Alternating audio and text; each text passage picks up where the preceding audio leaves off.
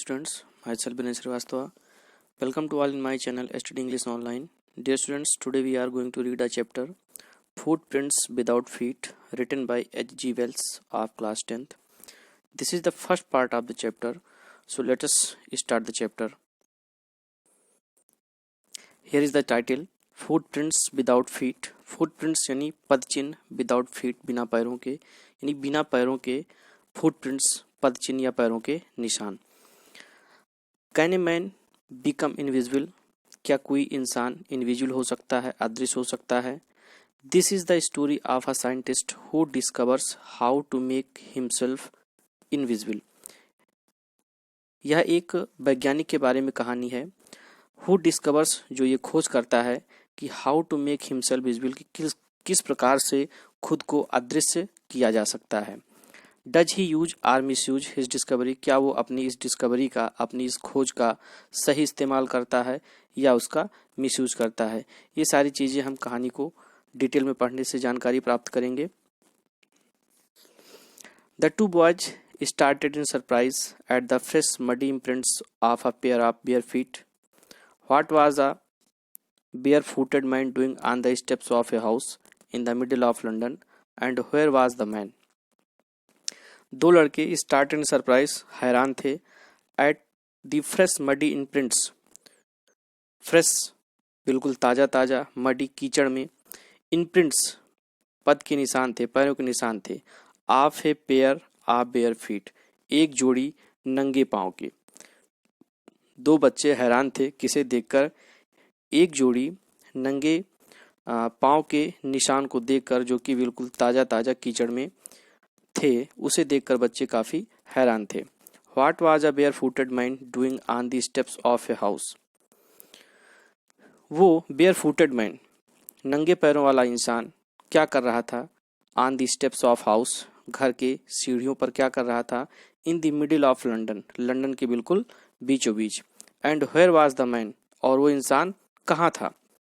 क्योंकि वो दिखाई नहीं पड़ रहा था, केवल उसके फुटप्रिंट्स ही दिखाई पड़ रहे थे.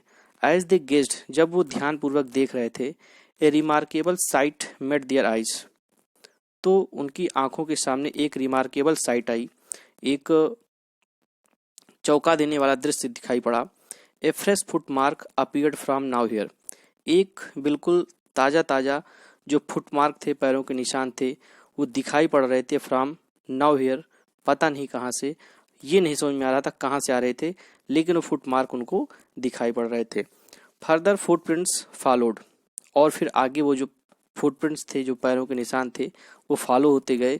वन आफ्टर अनदर, एक के बाद दूसरे निशान उनको दिखाई पड़ रहे थे. डिसेंडिंग द स्टेप्स, सीढ़ियों से डिसेंडिंग मोड में उतरते हुए. And progressing down to the street, और धीरे धीरे स्ट्रीट की ओर नीचे प्रोग्रेस हो रहे थे, यानी आगे की ओर बढ़ रहे थे. द बॉयज फॉलोड, वो लड़के थे, उन्होंने उस फुटप्रिंट को फॉलो किया, उसके पीछे पीछे जाने लगे. फैसिनेटेड, काफ़ी फैसिनेटेड थे, काफ़ी वो आकर्षित थे. Until the muddy impressions became फेंटर and फेंटर, जब तक कि वो जो मडी, जो कीचड़ से सना हुआ इम्प्रेशन था, जो निशान था, धीरे धीरे फेंटर नहीं हो गया, धीरे धीरे धुंधला, कम नहीं हो गया. एंड एट लास्ट, और अंत में डिसअपीयर्ड ऑल टुगेदर, और फिर लास्ट में क्या होता है, वो जो फुटप्रिंट्स थे अचानक से क्या हो जाते हैं?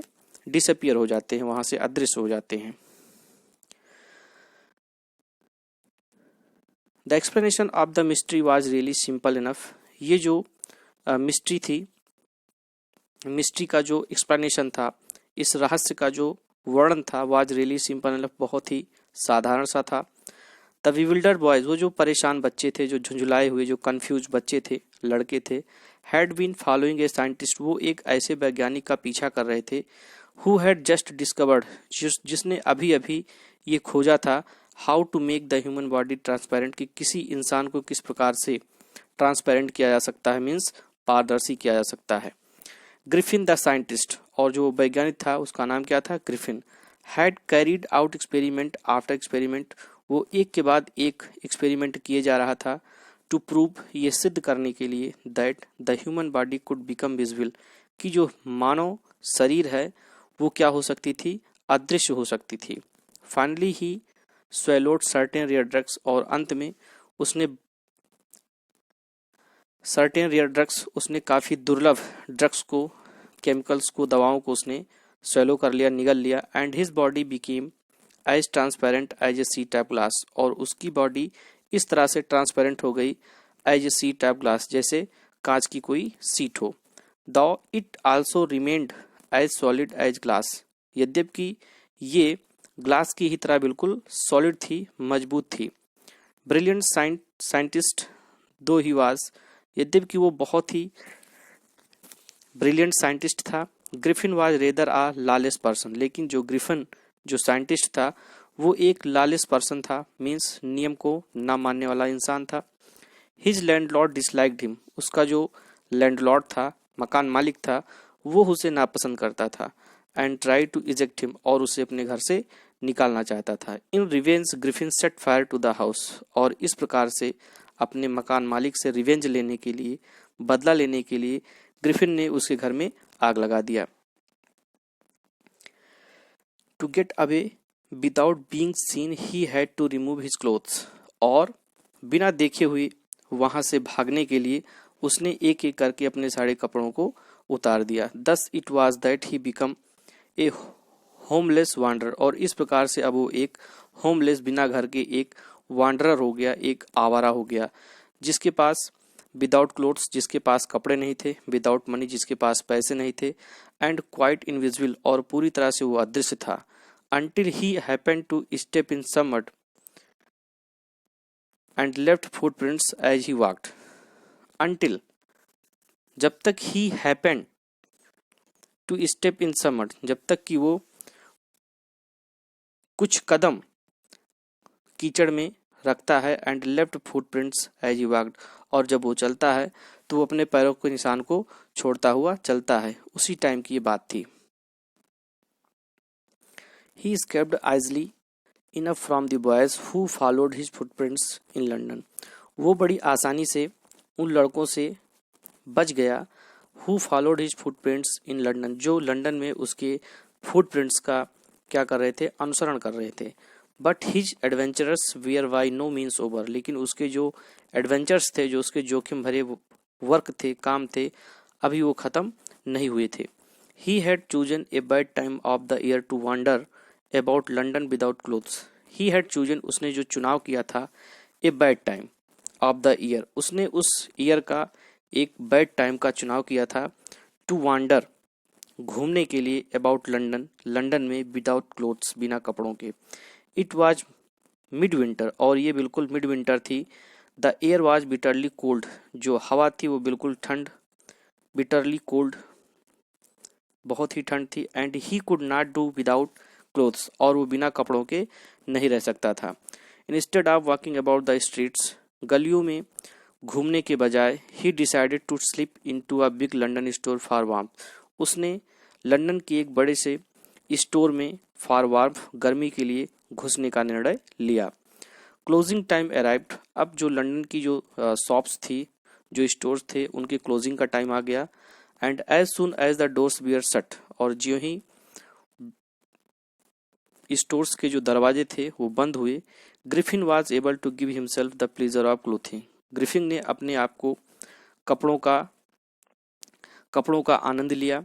And feeding himself without regard to expense, और बिना कुछ खर्चा किए हुए अपने आप को भोजन देने का आनंद दिया। ही ब्रोक ओपन बॉक्सेस, उसने बॉक्सेस को तोड़कर खोला। एंड रैपर्स को ओपन किया। And fitted himself out with warm cloth, और अपने आप को गर्म कपड़ों से ढक लिया।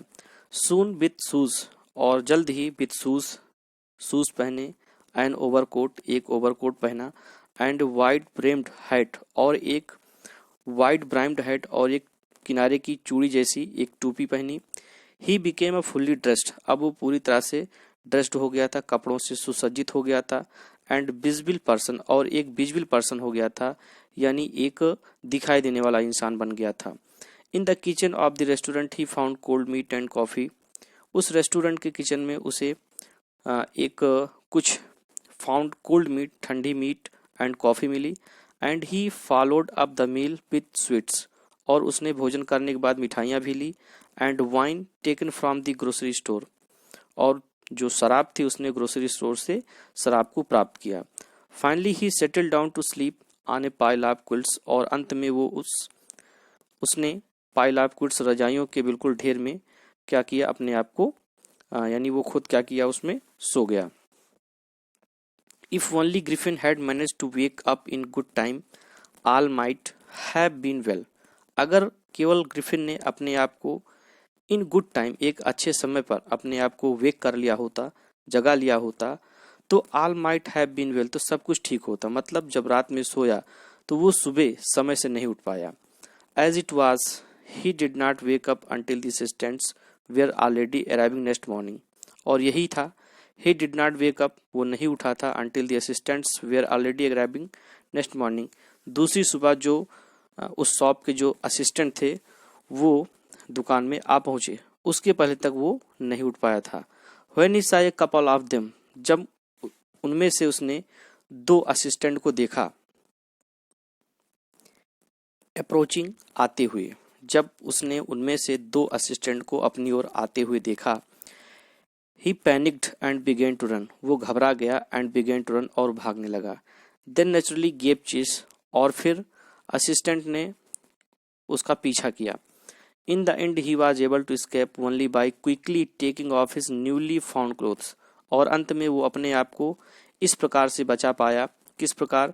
By quickly taking off his newly, उसने जल्द से अपने जो नए कपड़े थे एक एक करके उसको उतारना शुरू कर दिया, और इस प्रकार वो अपने आप को बचा पाया।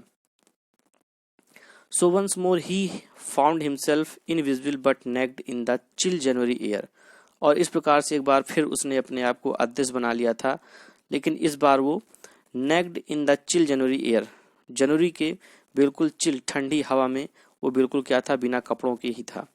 This time he decided to try the stock of a theatrical company in the hope of finding not only clothes but also something that would hide the empty space above his shoulder.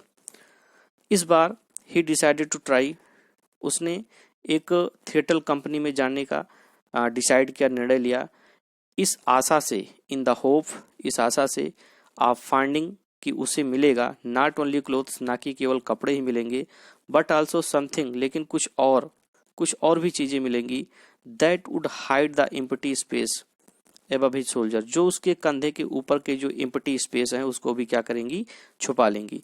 मतलब कंधे के ऊपर जो उसका face है, face के लिए भी कुछ ऐसे क्लोथ्स उसको मिलेंगे जिससे उसका चेहरा भी क्या हो जाएगा, ढक जाएगा।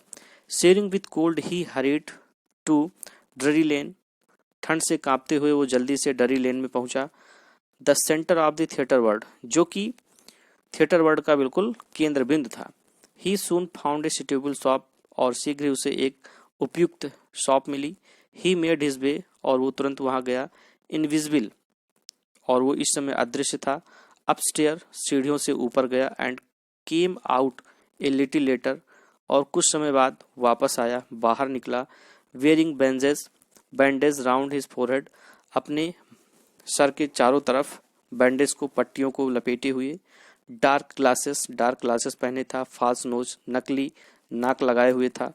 बिग विसी साइड विस्कर्स, और नकली बड़ी सी मूछें लगाया हुआ था। एंड ए लार्ज हेड, और एक बड़ी सी टोपी पहने हुए था। To escape without being seen, बिना देखे हुए बचने के लिए, he callously attacked the shopkeeper from behind, उसने पीछे से बड़ी ही निर्दयतापूर्वक उस शॉपकीपर पर अटैक कर दिया। After which he robbed him all the money he could find, और उसे कम मारा, उसे लूटने के बाद। After which he robbed him of all the money he could find, जो भी पैसे उसे मिले, सारा पैसा लूटने के बाद उसने उस शॉपकीपर को पीछे से बड़ी ही निर्दयतापूर्वक उसके ऊपर अटैक कर दिया और वहां से भाग गया। Eager to get away from crowded London, he took a train to the village of Iping. वो लंदन से, जो क्राउडेड लंदन था, नहीं, लंदन में बहुत ज़्यादा भीड़ भाड़ रहती थी, और उस भीड़ भाड़ से अपने आप को छुटकारा पाने के लिए he took a train to the village of Iping, उसने आइपिंग विलेज के लिए एक ट्रेन पकड़ी। Where he booked 2 rooms at the local inn, जहाँ पर उसने लोकल इन में, आसपास के लोकल में जो इन है, जिसको सराय या होटल बोलते हैं, वहाँ पर उसने 2 कमरे जो है बुक कराए। The arrival of A stranger eight N in winter was in any case N unusual event. एक अजनबी का पहुंचना एट एन इन उस होटल में, इन विंटर सर्दियों में, यानी सर्दियों में उस होटल में किसी अजनबी का पहुंचना was in any case N unusual event, उन सभी लोगों के लिए एक असाधारण घटना थी। ए stranger of such uncommon appearance, एक ऐसा अजनबी जो अनकॉमन अपीयरेंस, जिसका जो अपीयरेंस था काफी असाधारण था, कॉमन सा नहीं था। Set all the tongues waging, और इस अपीयरेंस से जितने भी लोग थे उनकी जो जबान थी वैगिंग, आपस में लोग बातें करने लगे उसके बारे में। Mrs Hall the landlord's wife, जो मिसेस हॉल थी वो उस मकान मालिक की पत्नी थी। Made every effort to be friendly, हर प्रकार से कोशिश किया उससे मित्रता करने की। But Griffin had no desire to talk, लेकिन जो ग्रिफिन था उसे बात करने की कोई भी इच्छा नहीं थी। एंड टोल्ड हर, और ग्रिफिन ने मिसेस हॉल से कहा, my reason for coming to Iping is a desire for solitude, मेरा इस आइपिंग में आने का जो रीजन था वो ये, is a Dzire for solitude, कि मैं बिल्कुल अकेलापन चाहता था और अकेलेपन की इच्छा से मैं इस आइपिंग में आया हूँ। I do not wish to be disturbed in my work, मैं नहीं चाहता कि मेरे किसी वर्क में कोई दखलंदाजी दे, कोई डिस्टर्ब करे। Beside an accident has affected my face, और इसके अलावा an accident has affected my face, एक एक्सीडेंट के द्वारा मेरा जो चेहरा है ये क्या हो गया है, इफेक्ट हो गया है, और इसीलिए मैं अपने चेहरे को पट्टियों से, बैंडेज से क्या करता हूँ, ढके रहता हूँ। सेटिस्फाइड दैट हर गेस्ट, अपने उस गेस्ट से सेटिस्फाइड होकर, वाज एन एसेंट्रिक साइंटिस्ट, उन्होंने सोचा कि ये जो हमारा गेस्ट है वो क्या है, एक सन की वैज्ञानिक है। And in view of the fact, और इसी तथ्य के कारण ही, that he had paid her in advance, की उसने अपना जो किराया था एडवांस में ही दे दिया था। Mrs Hall was prepare to excuse his strange habits, जो मिसेस हॉल थी वो उसकी जो स्ट्रेंज हैबिट थी, जो अजीब सी हरकतें थी, आदतें थी, उसको क्षमा करने के लिए पूरी तरह से तैयार थी। एंड इरिटेबल टेम्पर, और उसका जो चिड़चिड़ा स्वभाव था उसे भी क्षमा करने के लिए प्रिपेयर थी। But the stolen money did not last long, लेकिन जो चुराया हुआ धन था, जिसे ग्रिफिन ने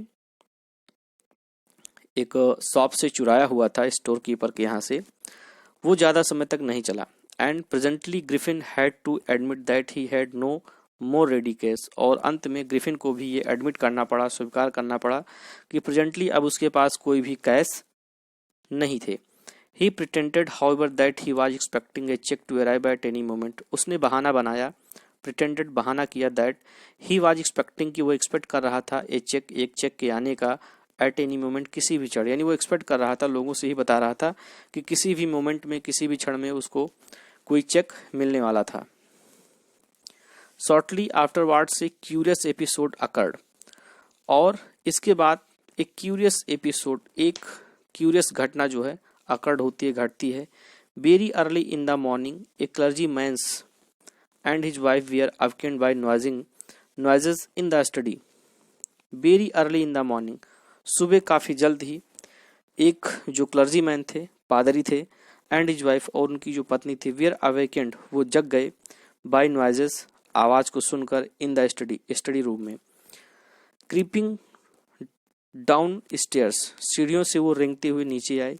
दे hear the chink of money being taken from the clergy man's desk, उन्होंने क्लर्जी मैन के दराज से सिक्कों के निकलने की, सिक्कों के खनकने की आवाज को सुना। विदाउट मेकिंग एनी नॉइज, बिना आवाज किए हुए। And with the poker grasped firmly, और एक स्टिक हाथ में फर्मली पकड़े हुए, इन हिज हैंड, अपने हाथ में। The clergyman flung open the door, clergyman में झटके से दरवाजा खोला और कहा, सरेंडर, अपने आप को सरेंडर कर दो। So dear students, this is the first part of the chapter. The remaining portion you will read in the next part. Thank you.